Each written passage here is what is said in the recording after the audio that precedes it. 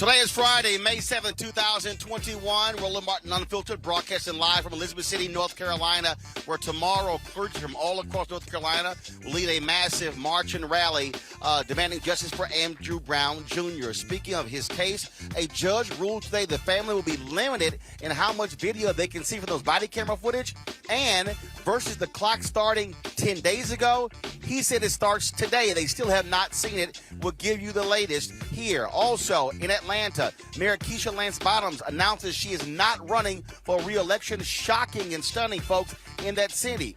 What's the deal? Also, the 4 officers involved in the death of George Floyd indicted today on federal civil rights charges. Folks, we got a jam-packed show for you, broadcasting live from Elizabeth City, North Carolina. It is time to bring the funk on Roland Martin Unfiltered. Let's go. He's got it. Whatever the biz, he's on it. Whatever it is, he's got the scoop, the fact, the find. And when it breaks, he's right on time and it's rolling. Best believe he's knowing. Putting it down from sports to news to politics. With entertainment just for kicks, he's rolling. It's on go, y'all. It's Roland Martin, rolling with Roland now. He's funky, he's fresh, he's real, the best, you know he's Roland Martin now.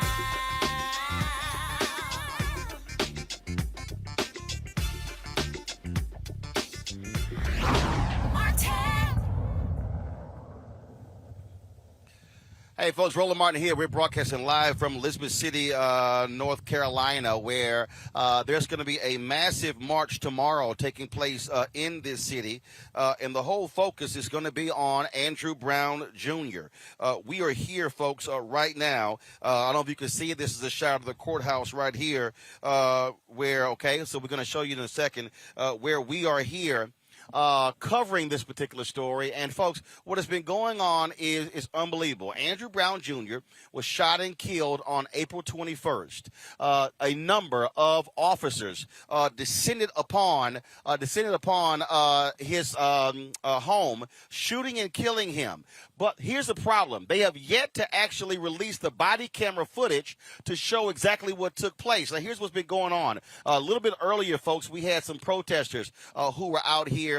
They have been protesting every single day in Elizabeth City, including a 72-year-old black woman. Every single day, she has been out here protesting. Now, we're going to try to get our drone footage to show you in a little bit, folks, because what's been happening is they actually went down the main street here. Probably was a group of about 10 or 15 protesters, but every single day, they have been protesting here in Elizabeth City, demanding justice for Andrew Brown Jr. New developments today. Remember, we told you it was about 10 or 11 days ago when the judge ruled that the family will be allowed to see some of the body camera footage that took place for his death. Now, here's the problem. He ruled at the family they had 10 days before they could actually see the video. Our understanding in talking with the family's attorneys is the clock started that day. No, not the case. The judge, he's decided he is going to determine how much they will see. He ruled today in a written ruling that the family can only see 20 minutes of the 2 hours of body camera footage. When does the clock start? It actually starts today. So we were told they were going to see that footage between that ruling, and it should have happened by today when that clock started. No, it actually starts today. And so this is one of the things that people have been saying in Elizabeth City. There's a problem when it comes to justice, the real lack of clarity and understanding, and folks have been just really upset by it. That's why Reverend Dr. William J. Barber and clergy from all across North Carolina are going to be traveling here, and they're going to be holding a march and rally. It's going to actually end up here where the rally is going to actually take place. The rally is going to take place here. And so we're going to be covering this, of course, tomorrow, live streaming it. It's going to be at 11 a.m. Eastern tomorrow here in Elizabeth City, North Carolina. So we'll be covering the march as a march from a location here to the courthouse where they're going to be assembling, demanding justice in this case, demanding transparency. I want to go live to my panel who's with us today. Please bring up Michael Imhotep, host of the African History Network show, Candace Kelly, legal analyst. Start your morning with BNC, Brittany Lee Lewis, political analyst. I want to start with you, Candace. This is crazy that the judge waited the last 10 days. The family kept saying, well, they wait for the ruling. He decides to release a written ruling today when 10 days ago he said the family had 10 days to see the video. Then he says, oh, the clock starts today after he's determined they can only see 20 minutes of the 2 hours. And, Roland, it doesn't make any sense. The reason why is because, one, they should be able to see that video because that is what they were promised. How many times is this judge going to make changes over and over again? Number two, what we have is a family that's been waiting, and in the best interest of justice, they should find out what it is they are going to go up against. This is something that people have been dealing with I hear something in my ear, by the way. This is something that people have been dealing with for such a long time, and this is why people are taking to the streets. It also leads to this whole notion that, hey, I don't want this video to be released because it may affect juries and their impartiality, but it didn't stop them from releasing information about Brown and his history, his record. So all of these things have to be taken into consideration. So this is why it's important for people to march. This is not obviously in the best interest of justice, and something has to be done. It hasn't happened before like this, but now we have to wonder, what are they trying to hide? What are they trying to hide? Well, and that's the thing that jumps out here, Brittany, that people don't understand. The judge had this particular decision 10 days ago. People like, what's going on? And now he does a written ruling that lays out new instructions. Roland, this is ridiculous. Quite frankly, we know this is a cover-up, and time will show exactly what it is that they are trying to cover up. And I'm so glad we're on the streets, and we're going to continue to be on the streets until justice is served, because I'm so tired of this criminal justice system. I know we all are. Michael. Roland, this is some more of the runaround, and it definitely sounds like a cover-up. And reading the reporting from NBC News, the family is going to be allowed to view less than 20 minutes of the nearly 2 hours of video that was recorded. So the judge could have stipulated 10 days ago exactly what he's saying today. Okay. And, the other thing is, I guarantee you, if there was something exculpatory in the video, if it was something that Andrew Brown did to the officers that justified them killing him, if that was on video, that would have already been released. So the fact that they keep trying to delay the releasing of the video, or allowing the family to see it, I should say, not releasing the video, but one, the fact that they don't want to release the video. Two, the fact that they keep delaying the family to be able to see the video more than 20 seconds tells you how damaging it is. So, and see, this is another thing, man. This is like a kind of like a small town. Well, Elizabeth City is a small town, but you have a judge, and it's like a small town. And I think when all this went down with the officers killing him, I think they just thought that they could just sweep this under the rug, and this was not going to blow up like it did.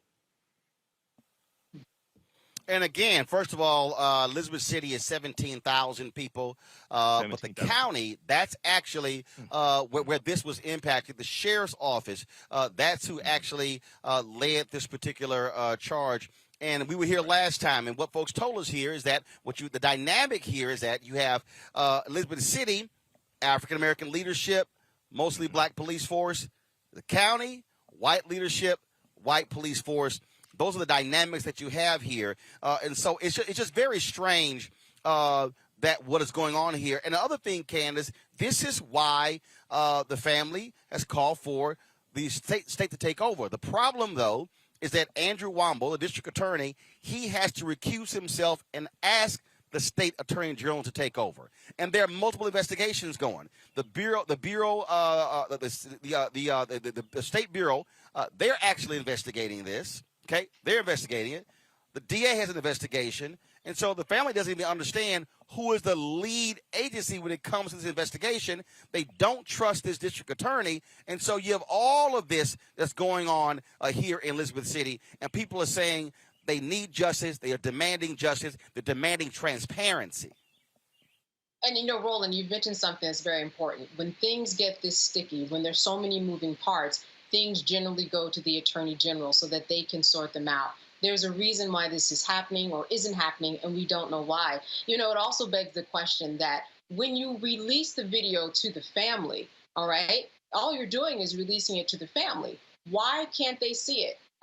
Even if they come back and describe the video, you're not releasing the video to the public. So in order for them to prepare for their case, in order for them to figure out what they're going to be suing for and begin the process of justice, why won't they give it to them for that reason alone? It's part of the case. It's part of their right to have a fair trial. It's part of their First Amendment to actually go out and talk about what they see. But like you said, when things get murky like this, it goes to the attorney general. Why they have not done it, we don't know. But suffice it to say that there's something going on here by omission. The fact that they do not want this to be shown to anybody is a major problem. And once we all see it, we are probably going to see immediately what the issue is. They know it. They just don't want us to know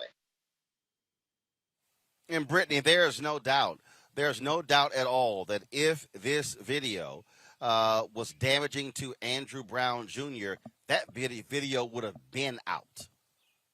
Exactly, Roland. I mean, that's a key point here. We know that when they feel like a killing is quote unquote justified, that they have video footage of it everywhere playing on loop. They're describing Andrew Brown's character in a negative light. They'll do everything that they possibly can to substantiate their decision to end someone's life. So the simple fact that not only is this extremely murky, but the fact that they're omitting the information and not even providing the family the full video, it doesn't make any sense. It looks bad.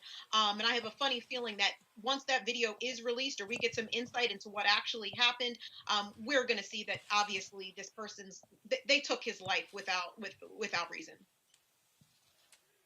Absolutely. Henry, you can go to this drone shot. You will see the protesters, they have returned here. They returned back to the location here. And again, it's about 8 or 10 of them. They have been moving up and down the streets in Elizabeth City. They have been doing this since April 21st. Since April 21st, they have been doing that. And so, what we're going to do is we're going to just give you a sense of where they are. And so, folks have been here again protesting in this city. They have been doing this on a consistent basis, demanding justice in the death of Andrew Brown Jr. It has not actually happened thus far, and so tomorrow you're going to see a heck of a lot more people who are going to be here in Elizabeth City tomorrow for the protest taking place here. Again, Reverend Dr. William J. Barber, the North Carolina State Conference of the NAACP, and so many others, they are going to be here. They are going to be all across this city. If you saw the list of pastors, it is a massive list of pastors who will be here in Elizabeth City, leading this particular protest and rally, because they say enough has not been done in this particular case in terms of enough transparency. The problem, as we have described for you, is that everything is in the hands of the DA and the sheriff's office. The interesting part here is that the sheriff has been far more forthcoming in this case than the district attorney. The DA also, remember, he announced that he's also running for Superior Court judge. That has been going on as well. And so it has been very strange, if you will, the various circumstances here. And folks certainly want that justice. As I said, tomorrow we're going to be live streaming the rally. That will be taking place beginning at 11 a.m. And so we're going to be here tomorrow live with that. We'll be streaming Roland? that across our Roland Martin Unfiltered platforms. Yes. Yeah, there's one thing I also want to point out is that this is the time where everybody behind the scenes is getting their story together. They are biding time because they don't want this to end up like another Derek Chauvin. Now we've got precedent, right? We've got precedent. People are steamrolling ahead. There's too much at stake. As you said, there's a superior court position that is at stake. There are people's lives that are at stake. Their freedom is at stake if they don't get this right, if you will, in terms of what it is they all need to be on the same page about. And that's another reason why this stalling tactic is going on the way it is. There's no other reason besides that, in addition to the point that certainly there's probably something on the tape that does not vindicate them, but they have to get their stories together. They do not want another Chauvin. They do not want state and federal charges and huge lawsuits, because this could crumble their town, right? You know, certainly they have insurance, but this is a lot of money that we're talking about for precedent cases. They want to get it right on their side. And as you see, again, this is our drone footage. The marchers are now moving towards another section of town. As I said, we were here a couple of weeks ago. This has been happening every single day in Elizabeth City, without fail, since April 21st. That they have been taking to the streets. They've been taken to the streets to keep the awareness up. You've had this, of course, it's after 6 p.m.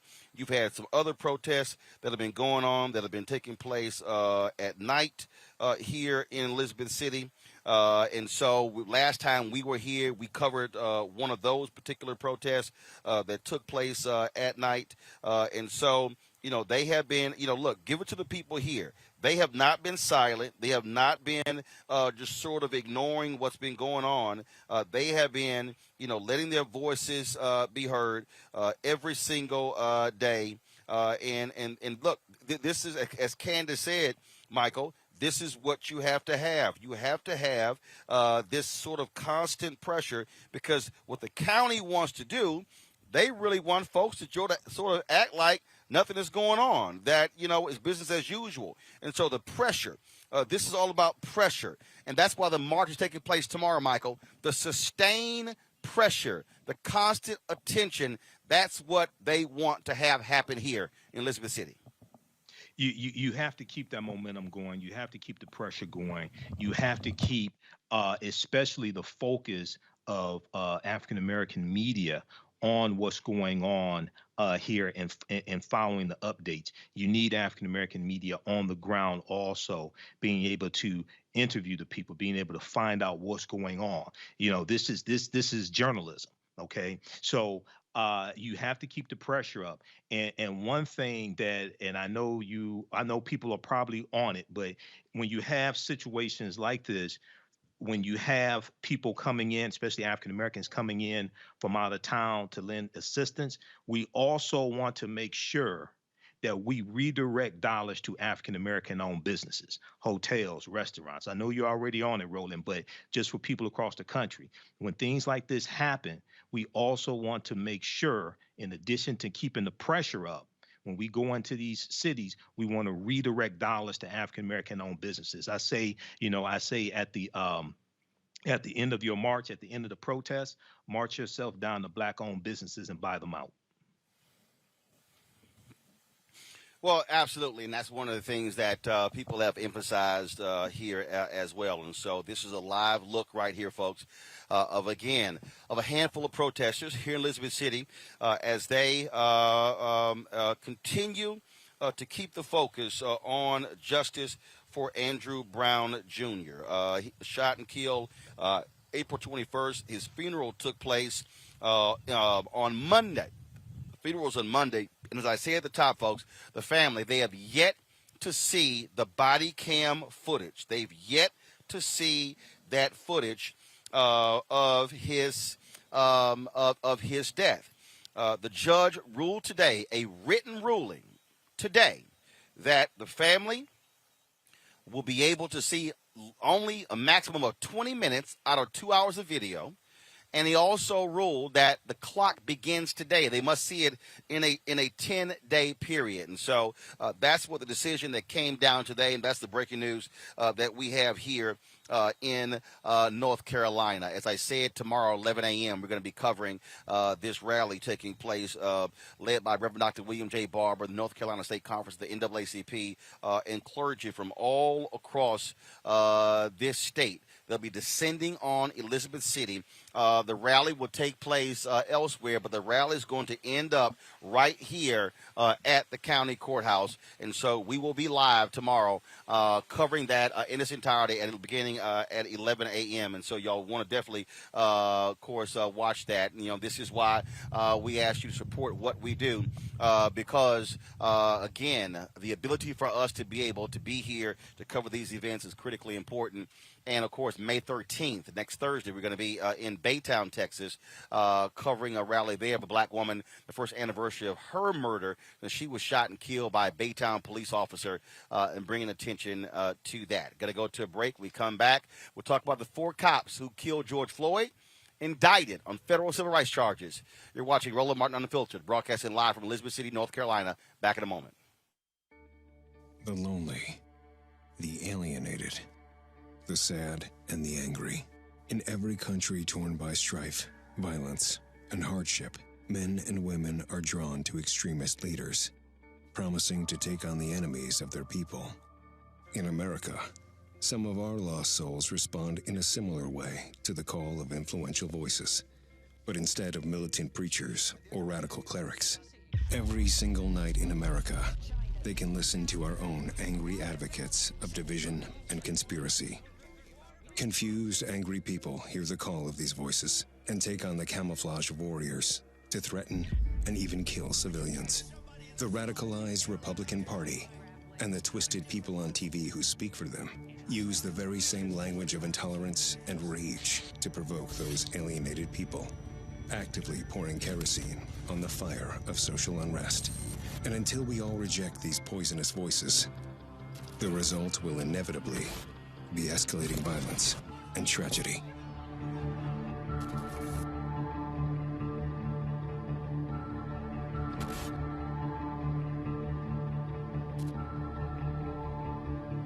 This is the year of the woman. We are here. We are capable. My optimism for our future has never been greater than now. Black women are making a difference, making history, and changing the world. Yo, what's up? This your boy Ice Cube. What's up? I'm Lance Gross, and you're watching Roland Martin Unfiltered.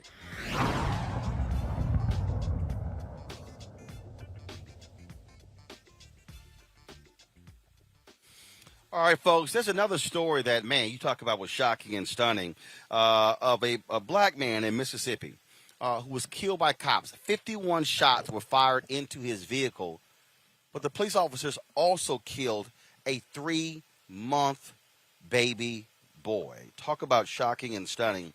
The suspect, after suspecting that he killed his ex-girlfriend, officers pursued Eric Darrell Smith, which was the child's mother, and her nephew.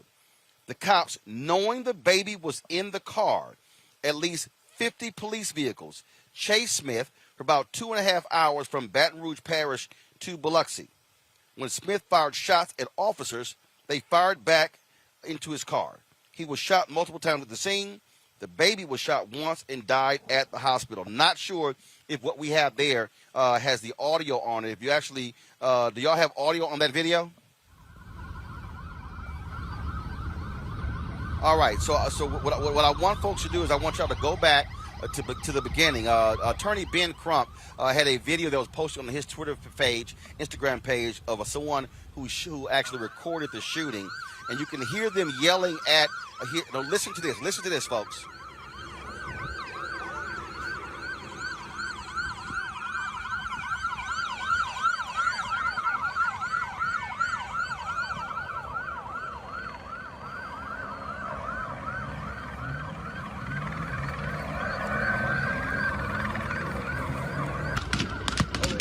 God. Yes, you can. I did it. It's like...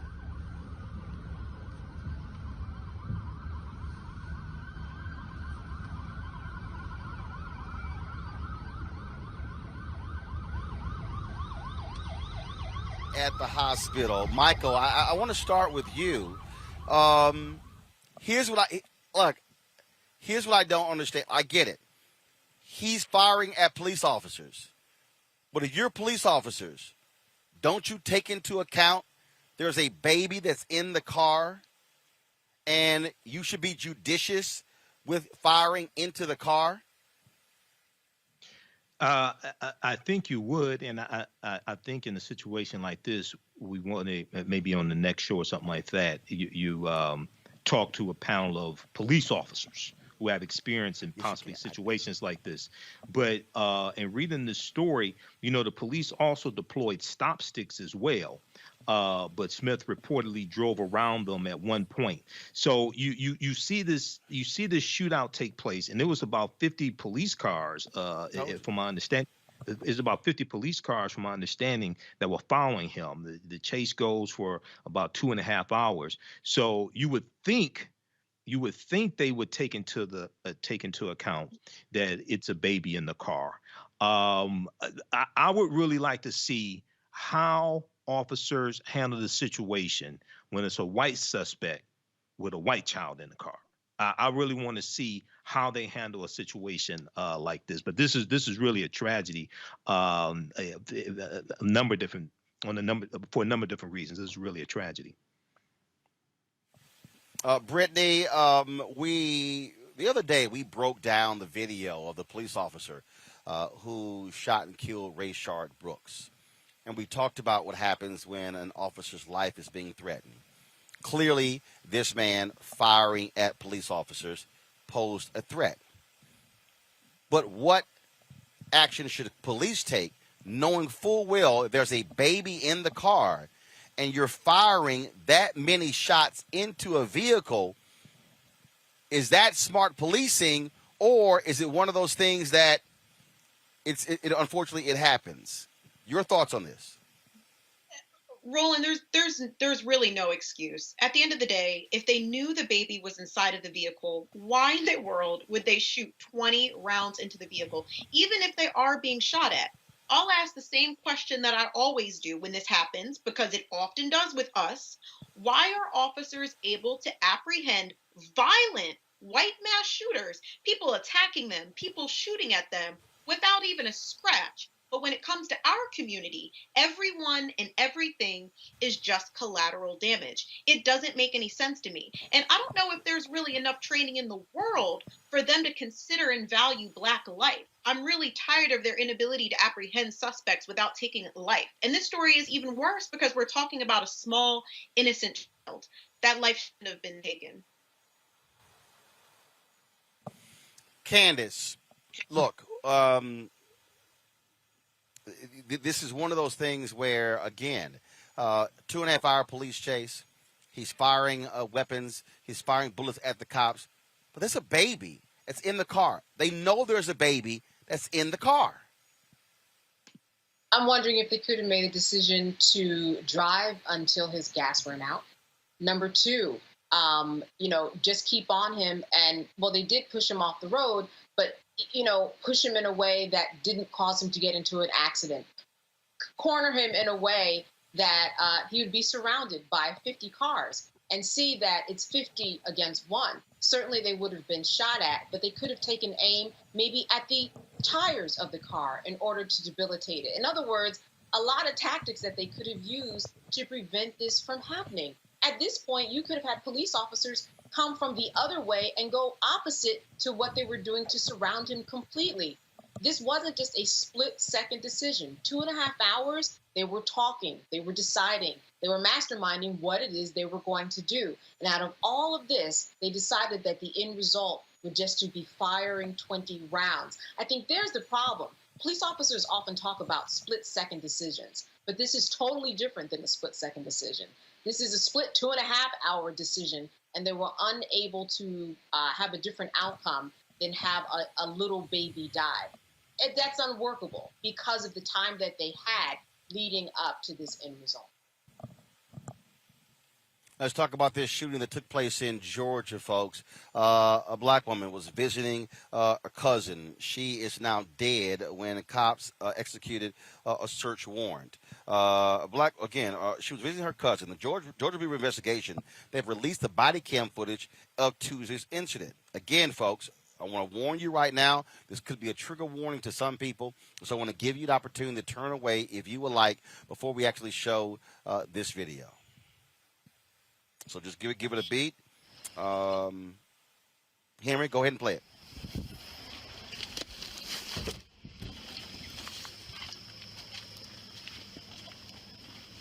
You ready? Yep.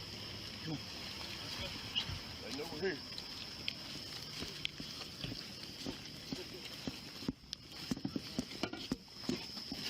Sheriff's office search warrant, come to the door. Hit it. Go. Sheriff's office search warrant, come to the left. Get on the ground. Get on the ground. Hold it. Got one down. Two down. Hold it. Room front. Move. Keep moving. Room left. Go. Move. Take the shield and go. Hold, Chris. Hold. Come on. Bedroom door. Let's go.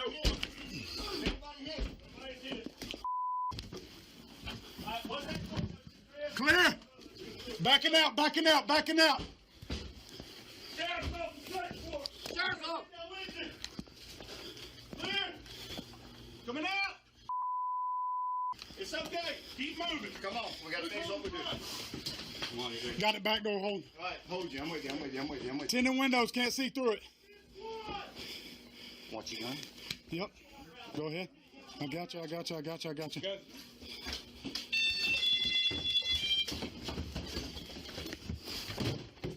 Clear. You got me? Yep, got you. Come on. Got you, buddy. Got you. Watch your back.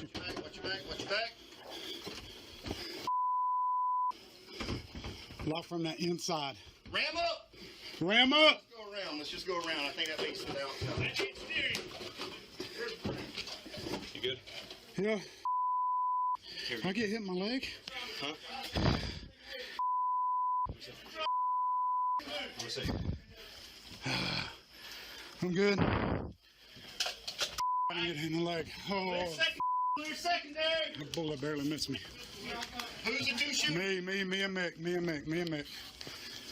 He had a gun in his hand, pointing. Where's the squad? Hey, y'all out. No talk. Come on. Hey, self-check. 2 feet over here first. All right. Folks, LaToya James, 37 years old, was killed. Her 46-year-old cousin, Vershawn Brown, was hospitalized with at least 4 gunshot wounds. The Georgia Bureau of Investigation say they are investigating. This was an exchange of fire between law enforcement and occupants of the home. This is the 27th deadly shooting by cops in Georgia this year. What do you have to say about that, Brittany? This is, it is. We get the executing of a search warrant, but we don't know exactly. Again, they say that it was shooting by occupants of the home. We do not know if she was firing back at officers. We don't know if she was simply caught up in the gunfire. But the reality is, she's dead. Her cousin is wounded. Roland, honestly, what is there to say at this point? I mean, like you said, this is the 27th deadly shooting by police in Georgia this year. Again, it is as if we are simply collateral damage.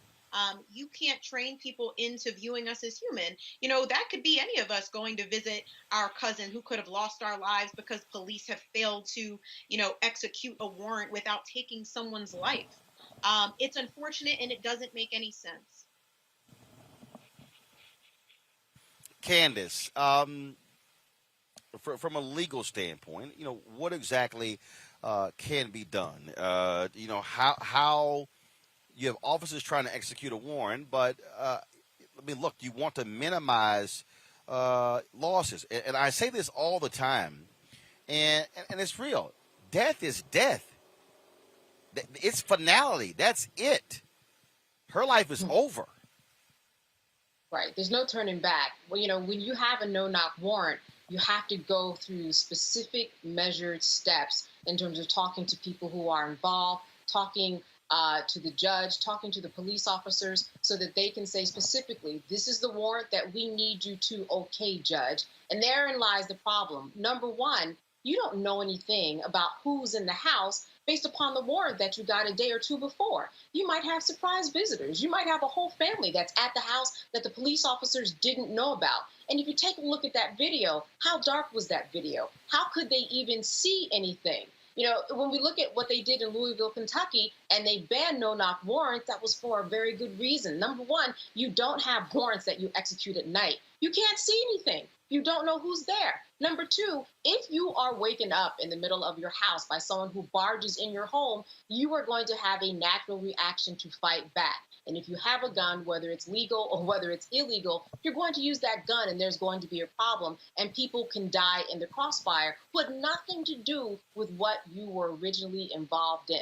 And finally, this is a lower level misdemeanor, probably drug crime or offense. No one was kidnapped. There was not a bunch of children in the basement that were molested. He didn't have a harem of women that were, we're talking about drugs, right? We're talking about the war on drugs that's been going on for decades. There is no need to have this type of warrant with such vigor and aggressiveness attached to this type of a drug charge. I mean, they're making drugs legal in states across the country. This is not something that rises to the occasion where people need to come into your house in the middle of the night and then not expect some type of an exchange. That would be inhuman, not human at all, to think that someone on the other side wouldn't act in a way that they did if they potentially were shooting. We saw it with the Breonna Taylor case. It's the same exact thing. Get rid of these no-knock warrants. Folks, let's now go to Atlanta, where a huge announcement was made today. News broke last night that the mayor of Atlanta was not going to be seeking re-election. Keisha Lance Bottoms, who held a fundraiser with President Joe Biden in March, raised $500,000, announced that she was not seeking re-election. There was initial speculation saying she'd be taking a corporate job at Walgreens. She said that wasn't the case. She gave no specific reason as to why she is choosing now to step back. This is her news conference today. This has been my highest honor to serve as mayor of this city. And many of you all have heard me speak of my family's history in this city going back almost 100 years. My grandmother would tell me how her father, who was a child of people who were once enslaved from Crawfordsville, Georgia, packed up a horse and buggy, and they made their journey to Atlanta. And my family moved to the west side of Atlanta. And they found community, and they found purpose, and they found a way to make the lives of their children better. And I stand here on their shoulders.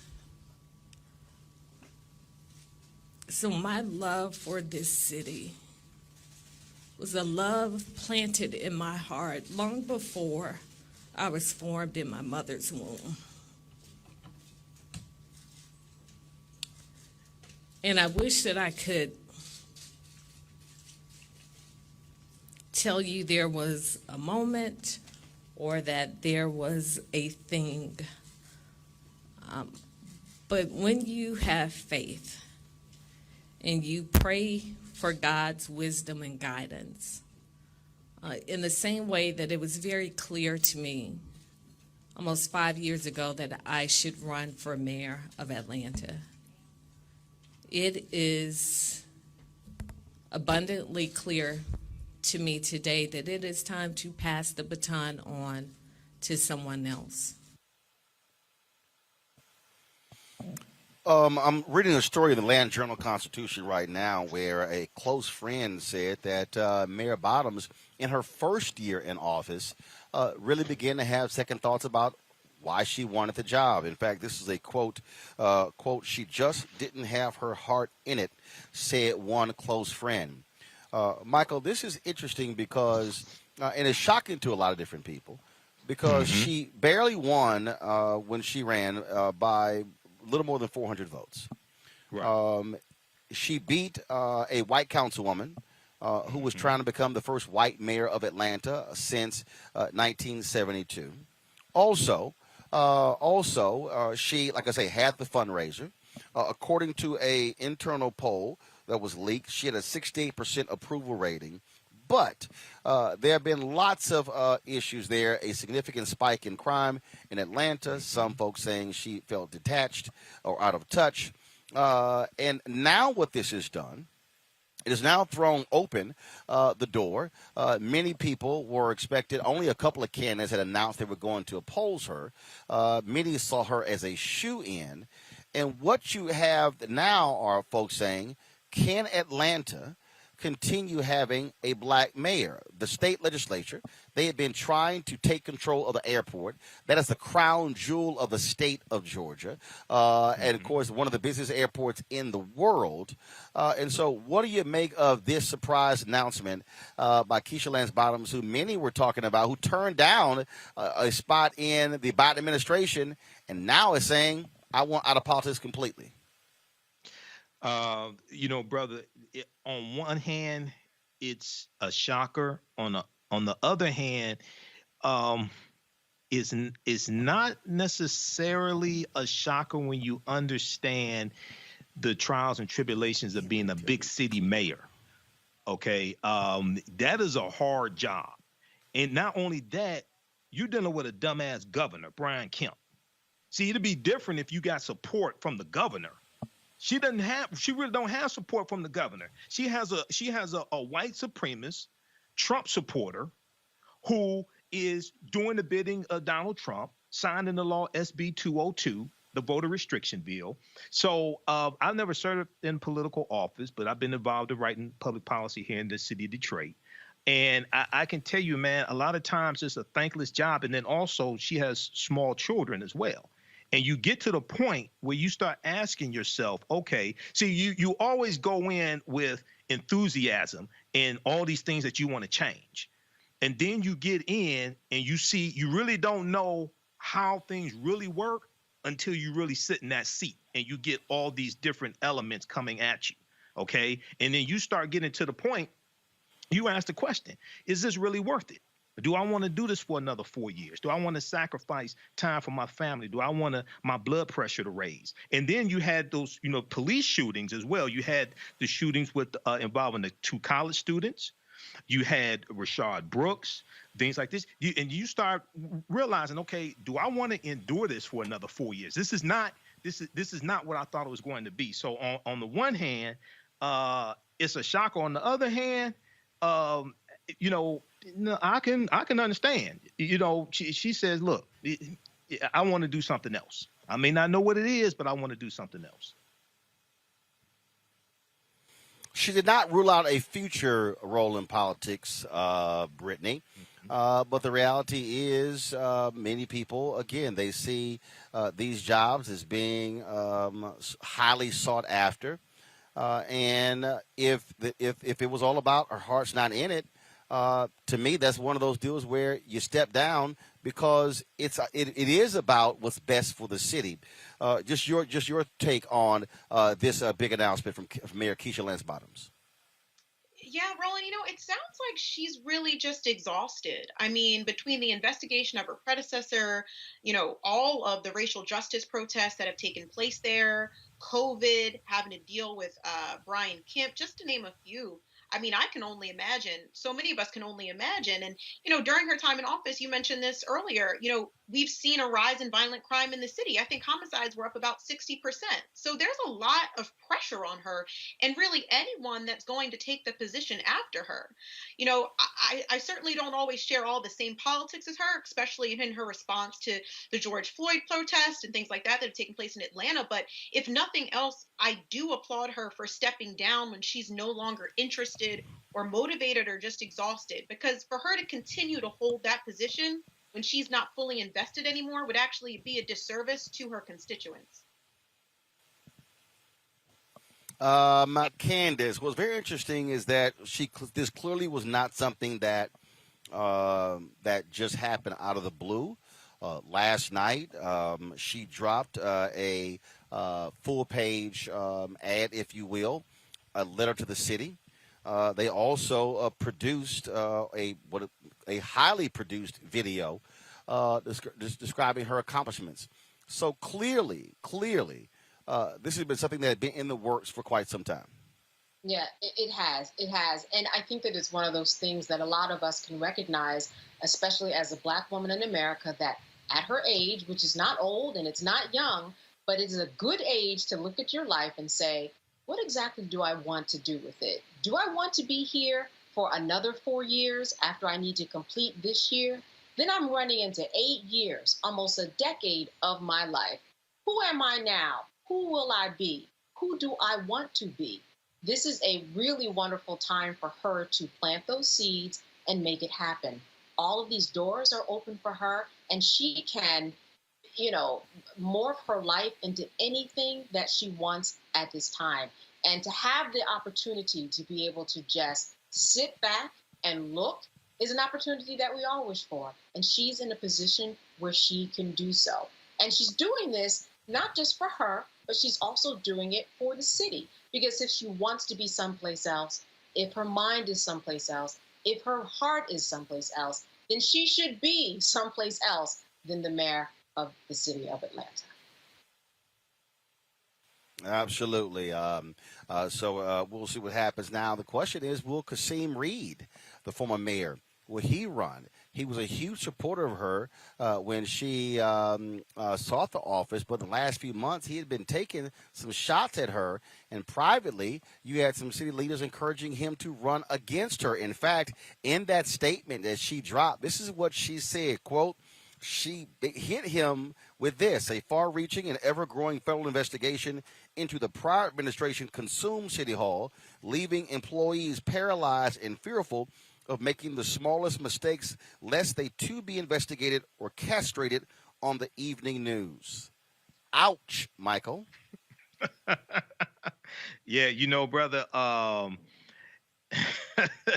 she is inheriting. She's coming behind Mayor Kasim Reed. You had this federal investigation. It's no telling what's going on. Not implicating him or anything, man. But I live in Detroit, so we've been through some federal investigations before. I ain't gonna call no names, but we've been through some federal investigations before. I went to school with some of the people that were involved in the administration that was investigated. Some of them, after the investigation, it was hard for them to find jobs. So it's like, look. So,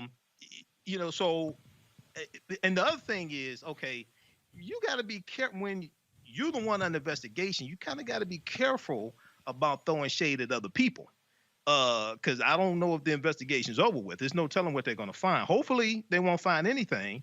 But in Detroit, I ain't gonna call no names, but you don't know how these investigations could go. So, but I can understand her point of view, and it's just I'm telling you, man, a lot of times it's a thankless job. Seriously, it's a thankless job. People see, you make the money, you have this position, all this stuff, brother. Dealing with Negroes can wear you out. I'm just gonna be honest with you. I'm just gonna be honest with you, brother. It can wear you out.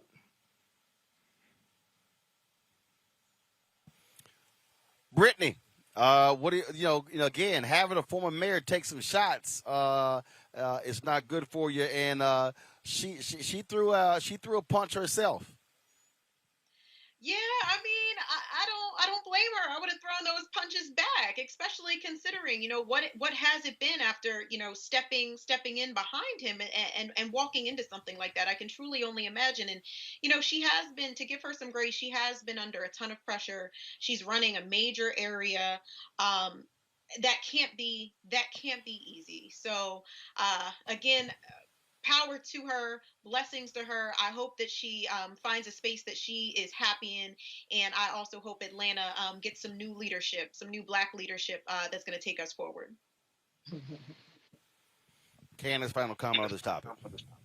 Listen, out of all the things that she could have included in her speech, she made sure to include that because she remembers the shots that the former mayor said about her. So she made sure that she included them. Lest we forget what he did, let us remember what he did. Let us know about this investigation. Not only is he probably lining up, but we're going to have at least 12 others like we did the first time line up. But she wanted to make sure that the message was to him so that people would not forget that he was under investigation and still is, and that investigation is ongoing. She could have talked about a lot of people, but she made sure to talk about him. That was on purpose. All right, folks, let's talk about this court ruling out of Florida where a federal court has upheld the arrest of a Black woman who filmed police outside of a movie theater. In the 2-1 ruling, Florida's 4th District Court of Appeals decided police had the authority to arrest Tasha Ford for filming the 2009 arrest of her teenage son. Ford says she began filming to keep police officers honest about their interaction with her son. Lawyers for the Boynton Beach officers involved said Ford invaded their privacy and ignored several commands to stop filming, justifying the charge of intercepting oral communications and obstruction without violence. One judge argued Ford did nothing wrong and police should not be entitled to a reasonable expectation of privacy while in public places. You've got some Republican legislators, Brittany, who they sort of want to support this sort of stuff because of folks filming officers beating folks and others. Look, without the video of the George Floyd murder, I'm not quite sure Derek Chauvin gets convicted. So this is of serious concern. We talk about filming police officers engage in police action. Absolutely, Roland. I mean, how can you argue that privacy is being invaded when you're doing a public service job? Police should have no reasonable expectation of privacy in public places, like the judge said. And we've seen federal courts across the country have found that the public has a constitutional right to record cops. Even the federal appeals court, whose jurisdiction includes Florida, had ruled people have a First Amendment right subject to reasonable time, manner, etc. You can't get in the middle, but they are allowed to photograph and videotape police conduct. And not to mention, Ford should not have been charged with obstruction because it's not like she got in the way of the officers doing their job. It's not like she prevented them from making an arrest. These officers just don't want to be held accountable. And you hit the nail on the head. We know that police killings and brutality are not anything new within our community. However, video evidence is one of the few things that sometimes leads to justice. And like you said, what would have happened if we didn't have videotape footage of what happened with George Floyd? We know what would have happened. We need those cameras. Candace. First of all, police officers wear webcams.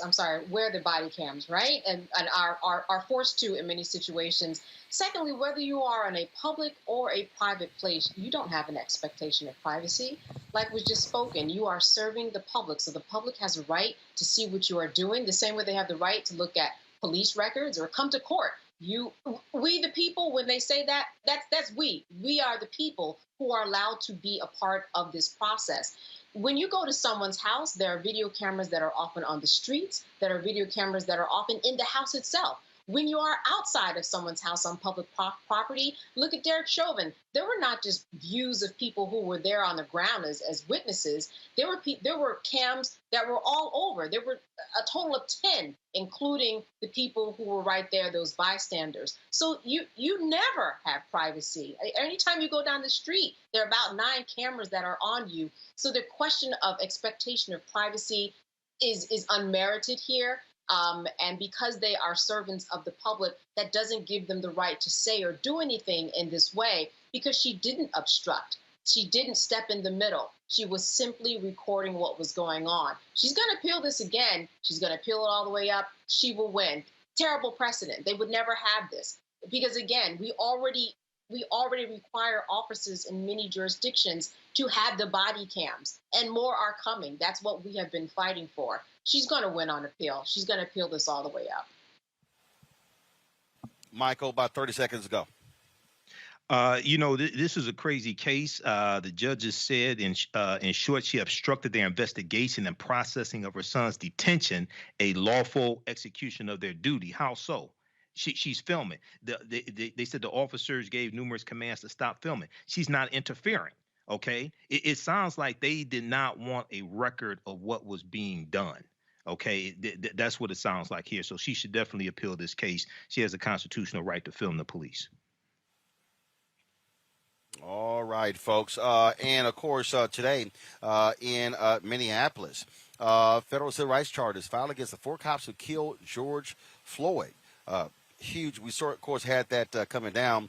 The 3-count unsealed indictment accuses Derek Chauvin, Thomas Lane, Jay King, and Tao Thao of willfully violating George Floyd's constitutional rights as he was restrained face down on the pavement and calling for his mother. Chauvin is charged with unreasonable force by a police officer. Thao and King are facing charges of violating Floyd's right to be free from unreasonable seizure, and all 4 officers are charged for failure to provide Floyd with medical care. Chauvin, of course, is also charged in the 2017 arrest and neck restraint of a 14-year-old boy in an unrelated indictment. This kid is critically important because, again, what people don't understand, there's a very high threshold that the DOJ has to file civil rights charges. Absolutely. And this shows you that the DOJ is on the right track. Look at what they did already with Ahmaud Arbery and the shooters in that case, bringing hate crimes against them. Joe Biden said when he got into office that he was going to make these crimes, these racial injustice crimes at the top of his list. And he is doing his job. They are very busy, very stealthily. They got together a grand jury together to get together these indictments. I think what's interesting to note that is that you have these civil rights charges, not only just this one case, but like you said, a case from years ago having to do with Derek Chauvin and a 14-year-old who was handled in the exact same manner that George Floyd was handled. One caveat here, and that is Thomas Lane. He was not indicted on all of the charges that his co-conspirators on some of the other levels were charged with, because when he was at the scene, he, at the very least, even though he didn't medically intervene, he did say twice, this is not looking good. Shouldn't we turn him over? Derek Chauvin said, no, that's not an issue. And he's going to argue, because I was training under Derek Chauvin, I've only been on the force for 4 days, I'm not going to be held as liable, or I shouldn't be held as liable. So it'll be very interesting to see exactly how this unfolds with Chauvin and his co-conspirators. This, of course, is important because there were very few, a lot of others of these cases, Brittany, very few times civil rights charges were filed against cops. Absolutely. I'm really glad that they've been indicted. I think failing to do so would certainly not be justice. And several of those officers are guilty. They did nothing to stop him, Roland. Not only did they not stop him from the excessive force that ended up in Floyd losing his life, but once they realized he was no longer moving or breathing, they didn't even offer him medical aid. This was just a complete disregard for human life in this situation. And if nothing else, I hope that it sends a message to other officers that there's potential for them to be held accountable if their fellow officers are committing a crime, or they are completely indifferent when someone, even if that someone is a potential criminal, is in the need of medical assistance. And, when I think about holding officers accountable, it makes me think about how the criminal justice system is constantly changing. Hearing about this made me think about the case in Buffalo with Officer Horn in 2006. She did do the right thing by stopping a fellow officer from using a chokehold, potentially saving someone's life. And she had been an officer for 19 years and was fired after that incident. And she only recently, and I mean this year, was reinstated. It was largely due to the outcome of Floyd's death and the Chauvin trial. So, I hope we continue to see the right type of changes going on in the criminal justice system, because folks need to be held accountable. And those quote unquote good apples that folks are always arguing, or that are in the police force, they need to continue to step up and make sure that no more lives are lost. Michael. Yeah, it's good that the federal charges are coming, and in reading about this case, you have in the case of Chauvin charged with. They were saying George Floyd should be free from unreasonable force by police. We know that federal civil rights charges is a high bar to reach. But in a case like this, they should actually do it. And it sounded like from the charges filed, they were being more creative than normal in being able to file these charges as well. And that's the difference between the Merrick Garland Department of Justice and the William Barr or the Jefferson Beauregard Sessions III Department of Justice. And not only do you have these charges, go ahead. Not only do you have these charges, but you also had two investigations to the patterns and practices of police departments announced in 5 days under Merrick Garland, and you only have one investigation in 4 years under the Trump Department of Justice. And that's also what you get for all these people out here who are whining and complaining, saying, Roland, why did you support Biden and Harris against Trump? This is why, idiots. This is why voting matters. For all of you idiots out there, let me say it right now. For all of you, let me be real clear. For all of you dumbasses who are sitting here saying, oh, my goodness, Biden, Harris versus Trump. This is why.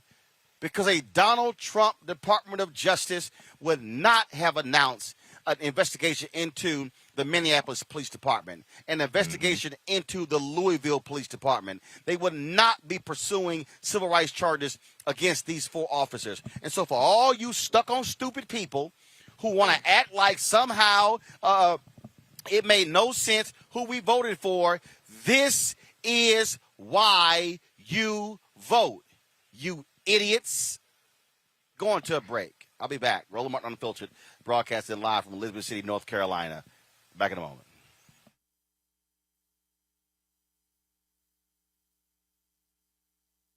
Are you trying to say that as of January 20th, that President Trump will be president? That depends on what happens on Wednesday. President Trump won this election. Do you think the election was stolen? Absolutely. At this point, we do not know who has prevailed in the election. This fraud was systemic, and I dare say it was effective. This is a contested election. President Trump won by a landslide. Move them this way. The outcome of our presidential election was seized from the hands of voters. We have to make sure that they look into what has been the theft of this presidential election. Joe Biden lost and President Trump won. Whatever happens to President Trump, he is still the elected president. I would love to see this election overturned. No one believes that this guy got 80 million votes. It doesn't feel right. It doesn't look right. No ragtag group of liberal activists will be allowed to steal this election. The president wasn't defeated by huge numbers. In fact, he may not have been defeated at all. Over the next 10 days, we get to see the ballots that are fraudulent, and if we're wrong, we will be made fools of. Black women are fierce, brilliant, courageous, dope. Black women are making a difference, making history, and changing the world. I think about all of the Black women who have showed up to fight for justice. We are starting to finally accept all the skills and talents a woman can bring to the table. Urban One, thank you. This one is so special. Hi, I'm Kim Burrell. Hi, I'm Carl Payne. Hey, everybody, this is Sherry Shepherd. You're watching Roland Martin Unfiltered.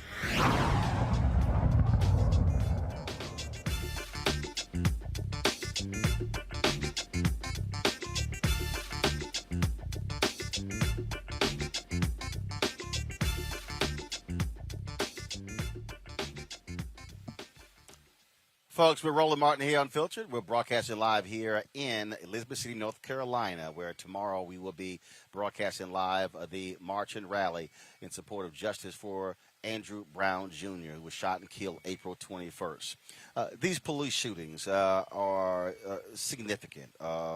They also impact African Americans in a huge way. May is mental mental health awareness month. And this year's national theme is Tools to Thrive and Hope for Change. Joining us right now is the founder of the Acoma Project, psychologist Dr. Alfie Breland Noble. Doc, how you doing? I'm good. How you doing? Well, good is relative. I'm all right. How you doing? I understand that. I'm doing just fine here. So let's deal with this because this is one of the things that we have to deal with a lot here. We cover the news. We travel around this country. We showed earlier the shooting that took place in Mississippi. 20 shots fired into a car, killing a man, but also killing a 3-month-old child that was in the car. We had to show the body camera footage today of the police shooting in Georgia. We talked about the Andrew Brown shooting as well. And I hear from a lot of African Americans who talk about the PTSD and how difficult it is to have to see these videos. And we're left in a conundrum because if we also don't show them, in many ways, we are not doing justice to what Mamie Till Mobley said when she opened the casket of her son, Emmett Till, by saying, I want the world to see what they did to my baby. Yeah, so I think it is a double-edged sword, and I've had this conversation multiple times this week. I've actually had this conversation multiple times today. And one of the things that I would say is really important to recognize is that there are certain contexts in which it is vitally important for people like you, Roland, and the work that you do and your team to show these videos to people so that they can see. Just like Emmett Till's mother felt compelled all those years ago to show people what those men did to her 14-year-old baby. But just because it's out there for consumption doesn't mean that we all have to watch. And I think that is the key. And when we think about the Derek Chauvin trial, had we not had that 9 minutes and 49 seconds of tape, it would have been a whole different outcome. And I think all of us who are Black know it. And so while it's important for these videos to be out there, I think the problem becomes it's not just showing it once to make the point. It is the repeated sharing over and over and over by people who are not journalists like yourself, right? That's when it becomes an issue. So when people are sharing these things on social media, they're texting them and passing them around in their friend groups and in their family groups, that's when it runs into a problem because you're not giving the other people on the receiving end an opportunity to make a choice about whether or not they want to see it. I happen to be a person who manages anxiety. I don't ever need to see that.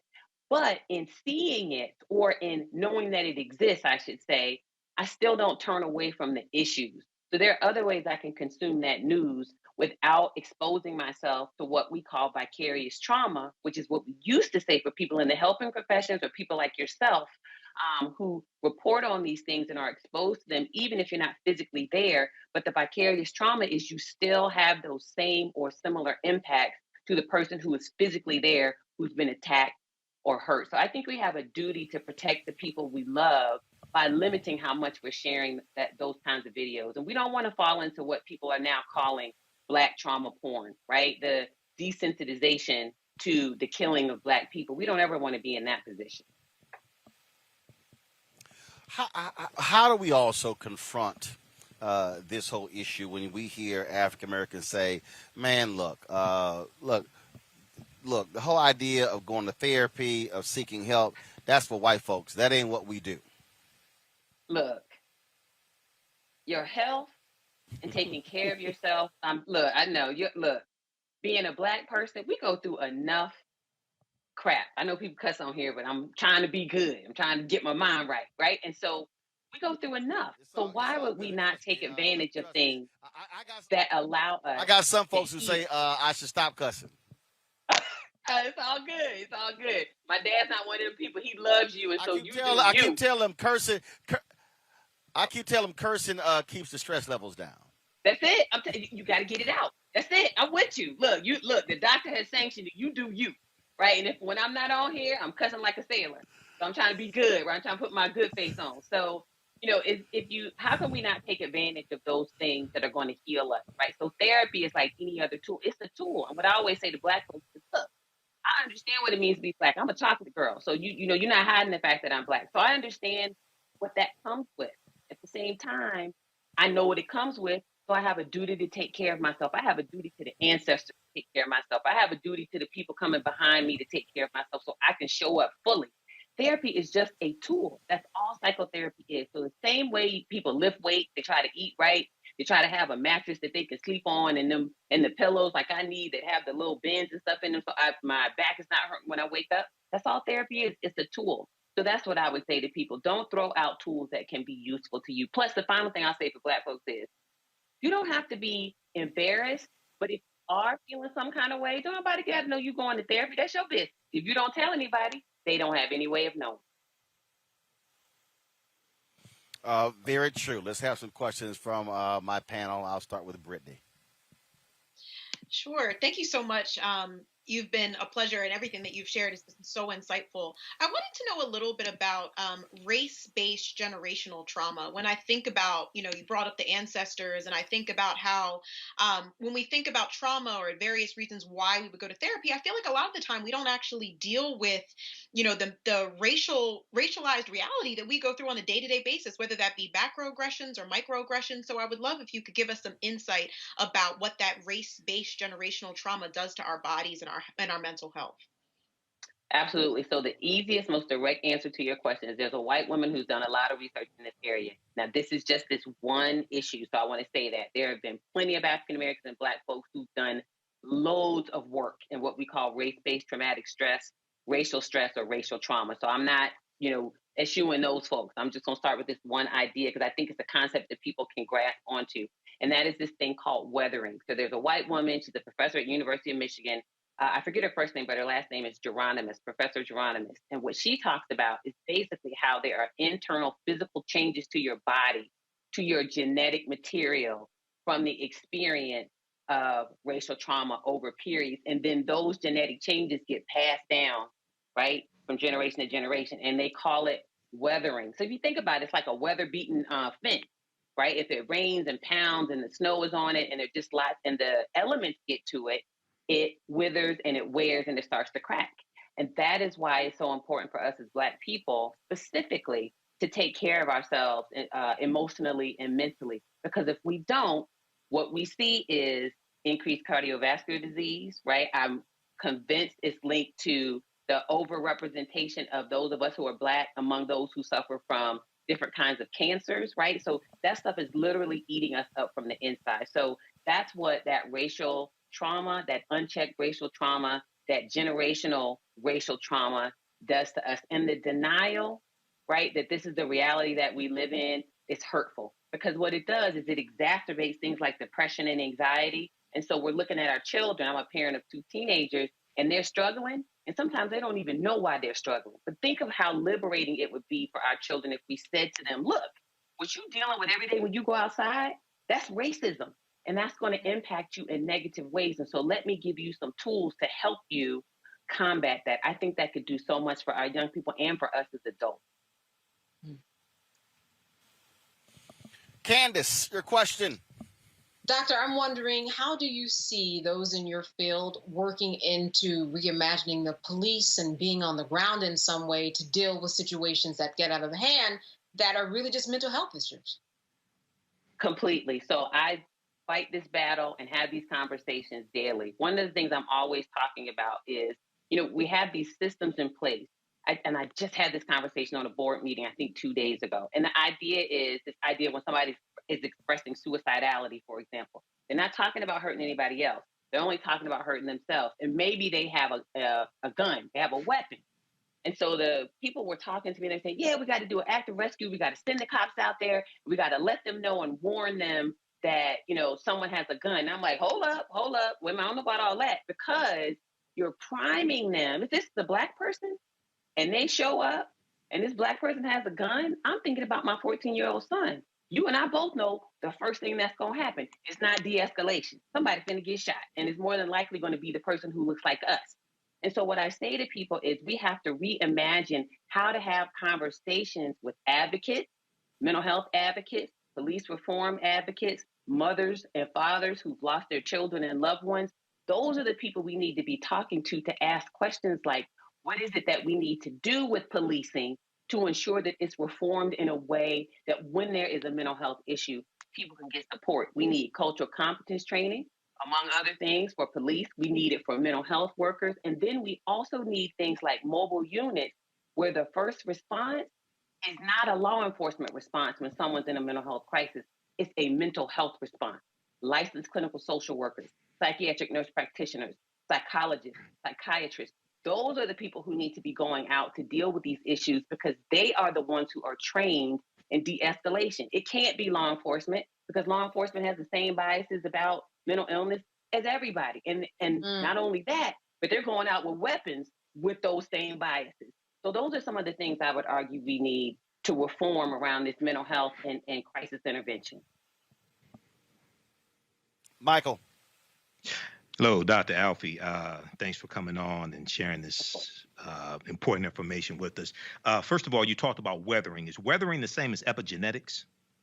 Yes, that's exactly what it is. It is epigenetics in the long term, but it's also in the short term. It's the physical changes to your body that manifest themselves through your health. Yes. Right, because epigenetics deals with how trauma alters your DNA, and you can pass on altered DNA to future generations. Dr. Rachel Yehuda has done a lot of research in that field. And also Dr. Joy DeGruy talks about this with post-traumatic slave syndrome. So very quickly here, I do radio 6 days a week. I'm a radio talk show host here in Detroit. I covered the Derek Chauvin trial every day, watched all the testimony, then talked about it at night on my show.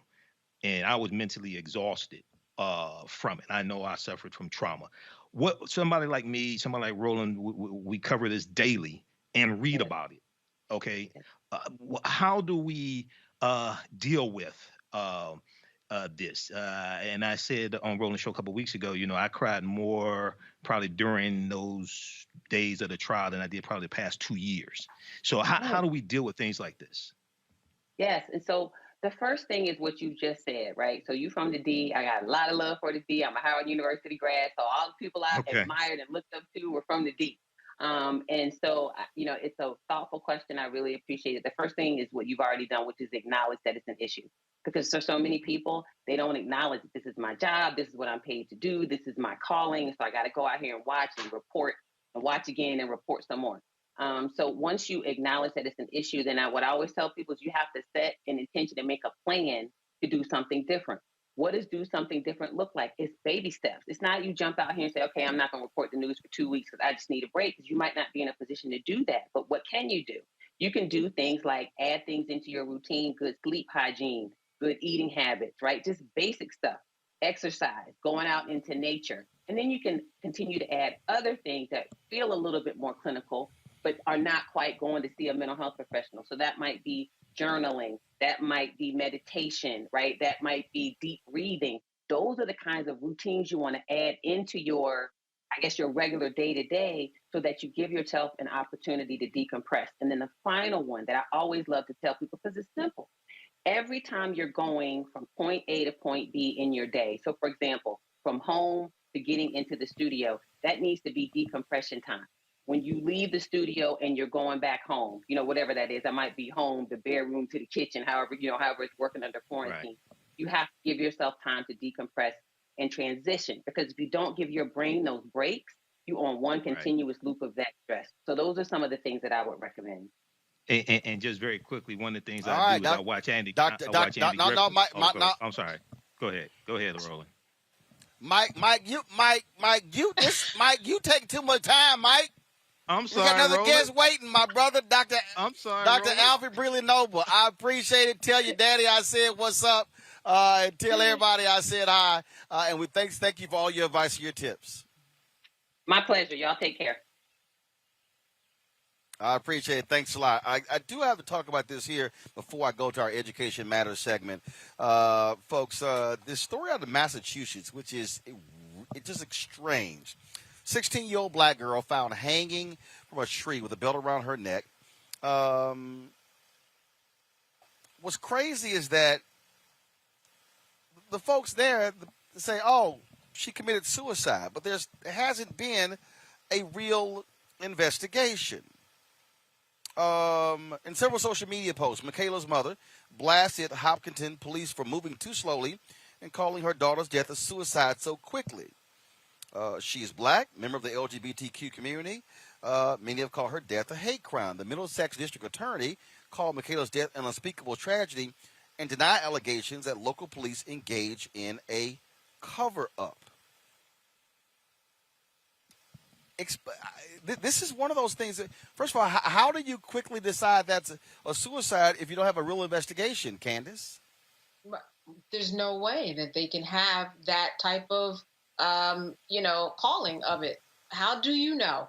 There has been no investigation, and therein lies the problem. And that's been the problem for so long in terms of crimes that happen to Black people, especially when you're talking about someone from the LGBT community and someone who is a woman, because we know that these are crimes that often especially go unnoticed when it comes to the crimes that police just don't pay attention to. So this is something that her mother is doing the right thing. She sees that there are gaping holes in the investigation, and she's filling them the same way that people on the streets are going to fill them tomorrow. In terms of Mr. Brown, and this is what we have to do across the board. We have to fill in the gaps where the justice system does not work, and she's doing the right thing, because there's no way that you would know what the outcome would be unless you've done the investigation. You put the cart before the horse. And so this is what has to be done. The exact thing that her mother and others are doing. What's strange here, Brittany, is the medical examiner said, quote, there's been no final conclusions reached on how she died. So how are authorities calling it a suicide? Roland, I just pray that the family gets answers and closure, because, as Black folks, we always have to worry that officers will not do a thorough investigation. And I think particularly in these type of cases where someone is hanging, they will rule it a suicide as opposed to a lynching. Let's just call it what we all think it is. And I think in this case, especially considering that she was in an altercation with folks in the building shortly before she died, I know that's the first thing that came to my mind.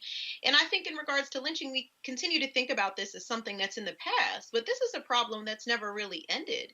There's all types of studies, up to and including the CDC, reporting that there's been at least 79 unsolved hangings of Black folks that have gone unsolved from 1995 to 2016. And we know last summer specifically, we know of at least 5 people who were publicly hanged, and they were all deemed a suicide without a real investigation. So, I say just in general, given the context of the history of lynching in this community, there must always be a full investigation. We as Black people have to push for that.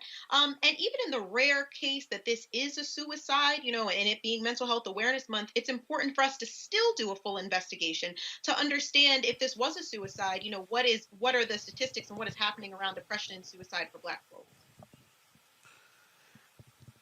What's also interesting, Michael, the DA there, Marion Ryan, said it will take 3 months for the autopsy and the investigation to be complete. I've covered a lot of cases. I ain't never heard where the autopsy takes 3 months. Something is not right with this, Roland. It's a number of different things wrong. It sounds like they're trying to sweep this under the rug, okay? And you're dealing with someone who belongs to at least 2 marginalized groups, African American and LGBTQ. So, there's a cheapening of our lives. Okay, there's a devaluation of our lives, and we see this play out here. So hopefully they could get support from various social justice groups or what have you to put pressure on the DA, but they should be able to get the autopsy results in a matter of days. They shouldn't have to wait 3 months for the autopsy results. I know they have to do the investigation, but this is crazy. Absolutely. That makes no sense whatsoever, so we'll certainly add this to the list of stories, and we're going to continue watching. Got to go to a break. We come back, folks. LSU has its first Black president. Also, North Carolina making it easier for parents to send their kids to private school, and a new HBCU infrastructure bill. All of that next in our Education Matters segment right here on Roland Martin Unfiltered, broadcasting live from Elizabeth City, North Carolina. We'll be back in a moment. You see what's happening. It's not just in Georgia. It's here in Florida and in 43 states across the country. Last year, I had my voting rights restored with an assist from the Florida Rights Restoration Coalition. I did it for myself, but also for my future. Having children, I realized I could make a difference. So I got my voting rights restored, got registered to vote, and I got my vote in through the Postal Service since I was working out in California during the football season. Now they're trying to undo that, and the hard work of so many others. They're taking away drop boxes, making it hard to vote by mail, and they're still trying to make returning citizens pay for a poll tax just to vote. Now that we know what they're trying to do, let's stop them. Here's how. Call your legislators, call your members of Congress, and start by signing our petition at morethanavote.org/protect. The fight is not over. It's just getting started. Help us, help you, and protect our power. White supremacy ain't just about hurting black folk. Right. You got to deal with it. It's injustice. It's wrong. I do feel like in this generation, we've got to do more around being intentional and resolving conflict. You and I haven't always agreed. Yeah. But we agree on the big piece. Yeah. Now, conflict is not about destruction. Conflict's going to happen.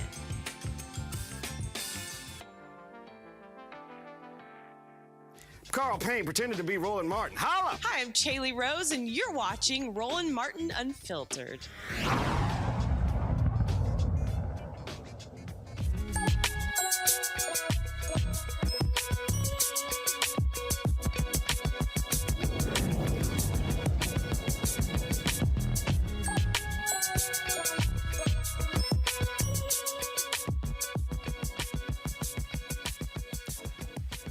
Big congratulations to William Tate IV. He is the first black president in Louisiana State University history. Also the first black president of a school in the Southeastern Conference. He was the executive vice president for academic affairs at the University of South Carolina.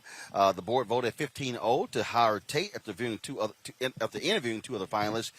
Tate will replace LSU President Tom Galligan, who has served as LSU president since January 2020. He resigned, of course, after that investigation revealed huge lapses at that university when it came to dealing with sexual harassment and sexual assault charges leveled by women against athletes. Also, folks, Senator Tim Scott is working with Congresswoman Alma Adams on an infrastructure bill for historically black colleges and universities. They're co-sponsoring the Ignite HBCU Excellence Act. The bill would help schools preserve historic buildings on their HBCU campuses, provide high-speed internet, and support for virtual teaching. And so we will see if that bill makes it through the Senate as well as the House. Folks, one of the things that we talk about on this show all the time, we believe in every form of education. Public school, private school, traditional school, charter school, magnet school, home school, online, you name it. How can our kids get best educated? In North Carolina, there's an effort underway to help parents send their kids to private school. Joining us right now is Representative Raymond Smith out of Raleigh, North Carolina. Representative Smith, how you doing? Doing fantastic, Roland. How are you today?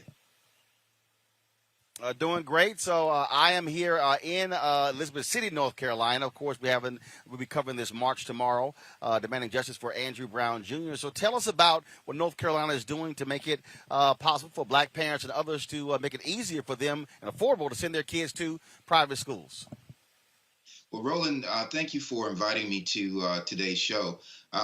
What you're going to hear from me today is a little bit different than maybe what you might thought you would have heard. Because the Opportunity Scholarship Program in the state of North Carolina is one that is not supported by Democrats in the state. The program sounds good on the surface, but actually what it does, it takes away state tax dollars and provides opportunities for individuals to go to private schools using state tax dollars. Well, the problem with that is we need to improve our public school system. And those opportunity scholarships are not full scholarships, so individuals still will have to pay their fair share in order to attend these schools. But at the end of the day, what we want is a public school system that is fair and equitable, and of course, that's part of our state constitution. You say Democrats don't support it. Why? Well, again, like I said, it takes away state tax dollars for public education, and it provides and it takes away those dollars and provides money for private education. Now, problem with private education in many instances, let's take for instance the parochial schools. Parochial schools, they have either a religious designation And so if you're not a member of that faith, then you're not going to benefit from that school. Secondly, in many of these parochial schools, they teach religious texts. And so when children get ready to go to college and qualify for college, they have not taken the proper sciences that will allow them to be able to enter into many of our state's institutions.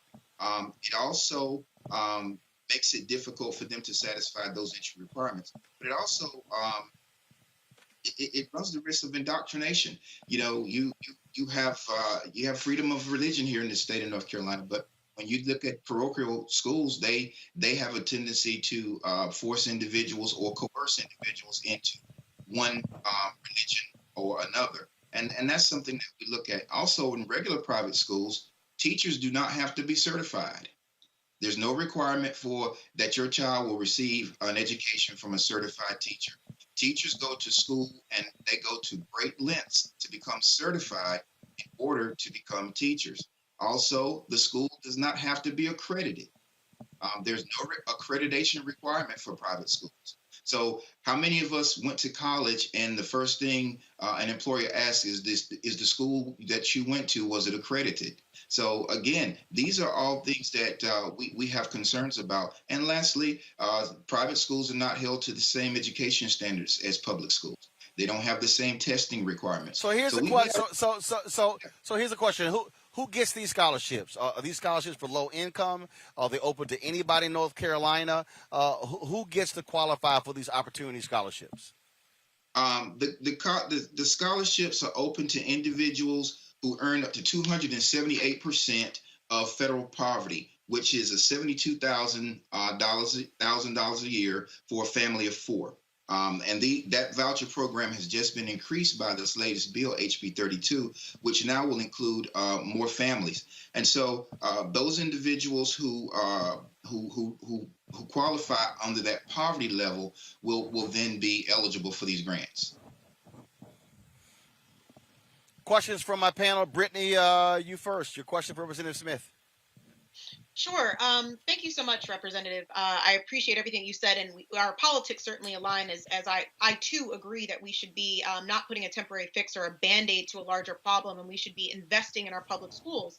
As someone who's been an educator, how do we get our community members, especially those who have children that are enrolled in failing or public schools, to recognize that they should actually continue to push for better public schools, continue to push for additional funding going into public schools, as opposed to just wanting to find a quick fix solution by moving their child, let's say, into a private institution? Well, that's a very good point, and it's a difficult challenge because the most egregious part of all of this is our public school systems are run in many cases by members of a political party that do not espouse to public education. So your boards of education, your legislatures in these especially here in the state of North Carolina, your county commissioners who are responsible for teacher supplements, all of these things go into the mix. And so when we talk about how do we get parents on board with providing support for and lending their voices to this effort, it begins with addressing these issues. We have to vote for individuals who absolutely espouse to public education. And at the end of the day, there's one other piece to this private school piece also. If your parent does not have reliable transportation, how will you get to this private school? So again, this is a very exclusionary practice, and I think that, I know for a fact that here in the state of North Carolina, we've not done a good job at getting these parents on board with helping to fight for public education. Candace. I'm wondering, in terms of parents and making sure they know what public education means and has for them, how can you teach them what you already know? How can you get them to be a part of what you're doing? Well, you need to look no further than the mirror. Most of the people that I know, especially my age group and maybe younger, we all went to public school. And the education that I received is in no way second or inferior to anyone's education. And I think this push to privatization of education is more of a marketing ploy than anything else. So what we have to do is we have to be marketable. We have to market public education. We have to make sure that people understand that, hey, look at the leaders that we have now in our country, the people that we look to for information. Most of us, if not all of us, had public educations. You see these flags behind me. I attended 3 public HBCUs, one for my undergraduate, one for my master's, and one for my doctorate. And I'm very proud of my public education. And so we have to be the example that we want people to follow. And we have to remind folks of where they came from. Michael? Quick question for you, Representative. We've been dealing with this same thing here in Detroit, and the charter school push, especially fueled by Betsy DeVos and her husband Dick DeVos.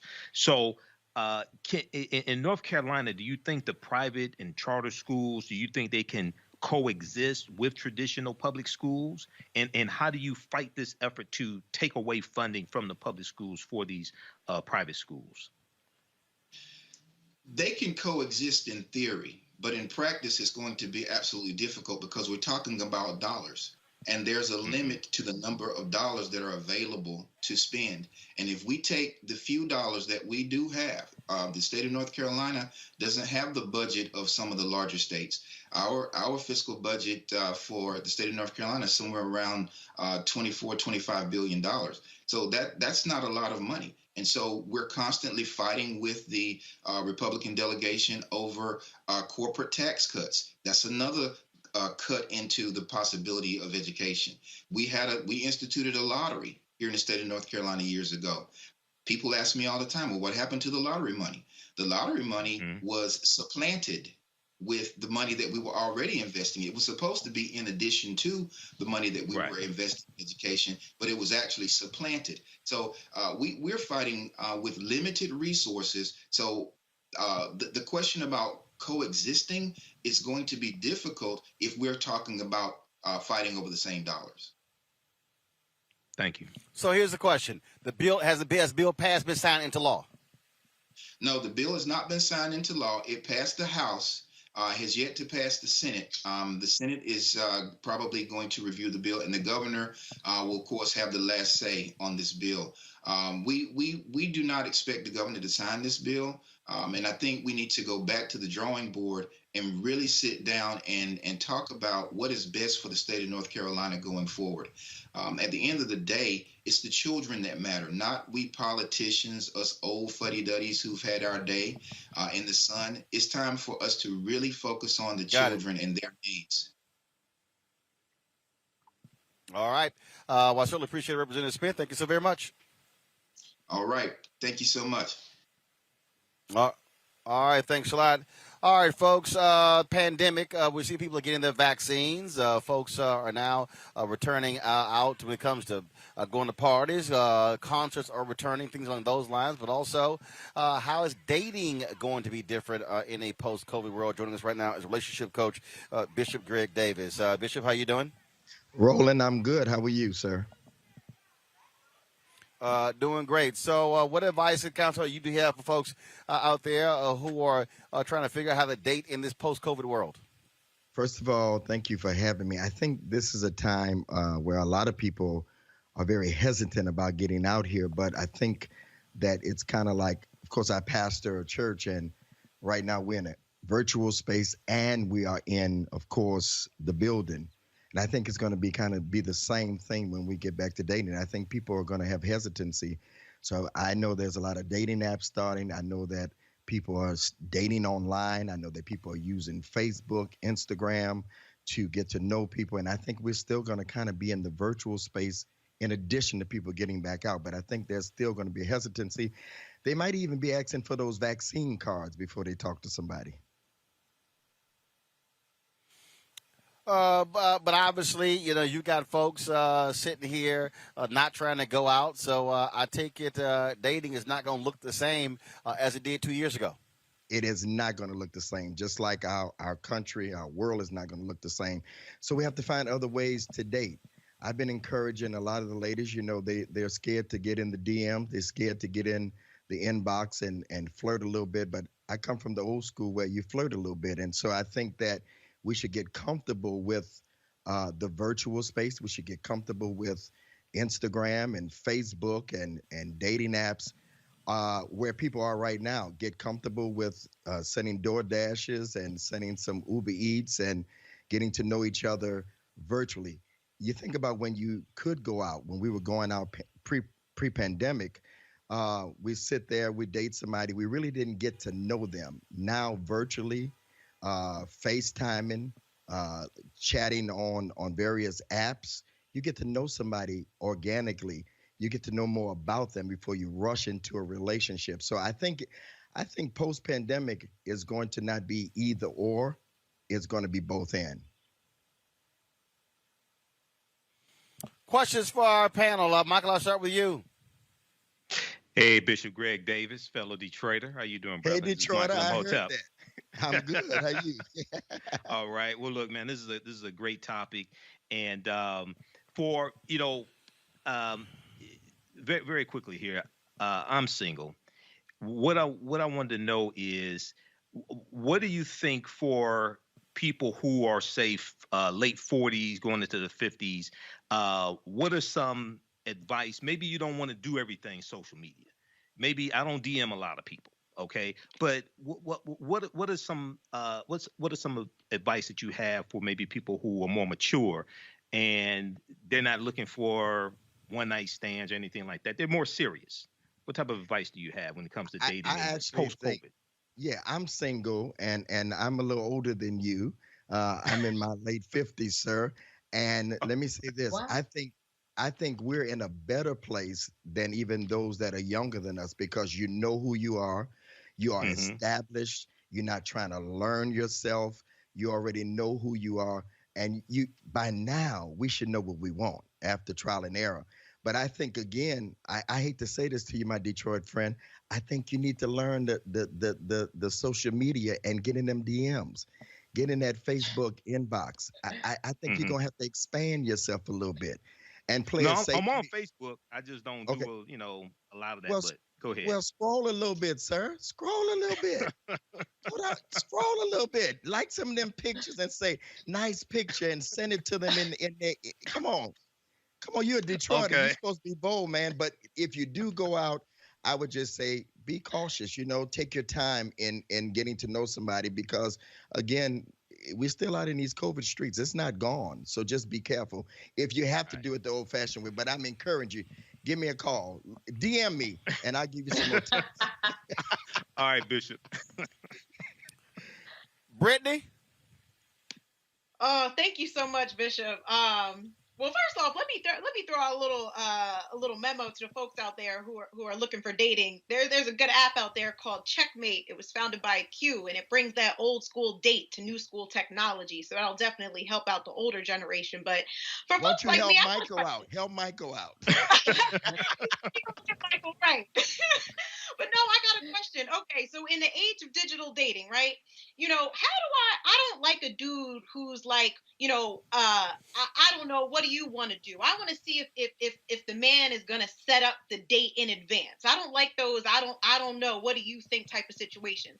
How do I do that virtually? Or how do I find out if someone is messy? I'm a neat freak, or if they chew with their mouth open, or how they talk to their mama. Things that, I would really have to be with you in person to find out these kind of details, because anybody can kind of give you a front via the DMs or on FaceTime. I think it's the same thing, and that's a great question. Being in front of someone, I think time is the reveal of all things. Ask them to give you a virtual tour of their house. Not planned, but say, hey, right quick, let me see your place. Unplanned. Right, unplanned. Hey, let me see your place. Walk around. Let me see your place. I want to know where you live and all that. And so you want to see the whole thing. You want to see the kitchen. You want to know whether there's dishes in there that's been in there forever. Look, tell them to go to the refrigerator. You learn a lot about the refrigerator. If there's a lot of cartons in there, you know they can't cook. They order a lot of carry out. But then the other thing is do some virtual dating. You know, if it's a real man, if it's the right one, because that's my mantra, when the right one comes, let me tell you something. You don't have to ask him to plan the date. If you have to ask him to plan the date, next one, because here's what I believe. Dating is data. You get data, and you can get data from talking to them the first time. If they don't do what you want them to do, move on. It's getting data until you find the data that you want. So sometimes it's trial and error, but what do you have to lose because you're getting data? Don't get so serious so fast.